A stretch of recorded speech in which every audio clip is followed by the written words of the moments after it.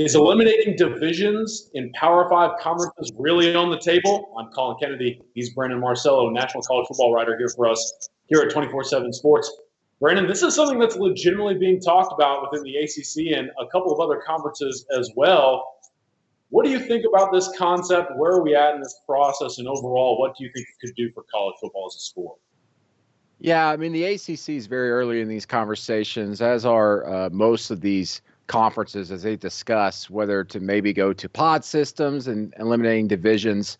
The SEC, of course, taking a lot of attention for that over the last calendar year or so. But I think we're moving into a direction where not just the ACC, but most conferences are going to move to this type of alignment because they're wanting to see more competitive games and maybe actually build, like the NFL does in the preseason, some excitement about announcement of games. If you do this, you're going to mix up the schedule. Of course, teams will keep a permanent rival, but you're not going to quite know who you're going to face year to year at all times. And in doing so, they're put some excitement into where these teams are going to travel. I mean, for example, there's conferences where teams haven't seen each other in like 12 years. I mean, Texas A&M joined the SEC, for example, in 2012. They're not going to host Georgia until 2024. In the ACC, we got a good hint at what this could look like just a year ago. In 2020, during the COVID pandemic, of course, Notre Dame joined the conference as a temporary member. They got rid of divisions. They just did, hey, we're going to rank them 1 through 14. We're going to create a new schedule. And it worked out beautifully. Can you imagine if Notre Dame and Clemson were in the same division? We wouldn't have gotten Notre Dame and Clemson in the ACC championship game because they were obviously the two best teams and finished the season without divisions at 1 and 2. So you're going to see this sooner than later in the ACC and the SEC. It's just a matter of trying to get everybody on the same page and get it done. It's going to happen because that's what's best for the game. And really, in the end, it drives more money. I couldn't agree with you more. I think you bring up several really good points. Obviously, the variance in terms of matchups. But in addition to this, like for me, I think it got lost in the mix a little bit between coaching carousel and National Signing Day. The Big Ten brought up this type of concept as well. And we could legitimately live in a world where Michigan-Ohio State is not only a rematch, but providing conference championship implications. Ohio State, Penn State, Michigan State, Michigan.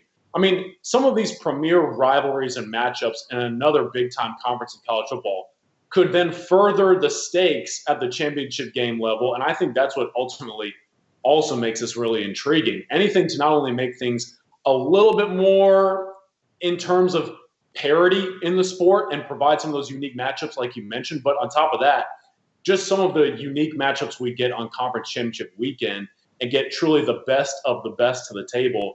I think across the board, this type of concept would bring what's best for the sport of college football.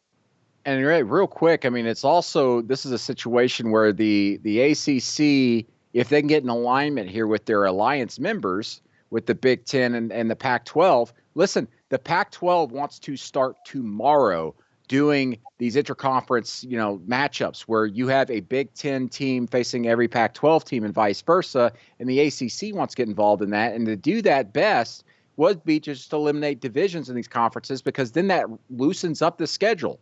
You can literally just put a schedule together 6 months before the season, though they won't do that because they've got to sell tickets and get everybody hotels and everything. But in doing so, it allows these ACC versus Big Ten versus Pac-12 games to be scheduled.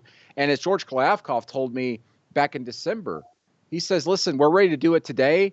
And the Big Ten, they're nearing it. And as soon as it happens, he says, I'm going to build a whole television event around it. Every January, we're going to announce who's playing who among these conferences. And then later on, we'll probably do a schedule announcement show of when exactly those dates will be. We're not going to play them all at the beginning of the season or all at the end of the season. We're going to spread them out through the schedule. This is very exciting. We're in an exciting time where you're going to see all kinds of unique matchups that we haven't seen or haven't seen in quite some time.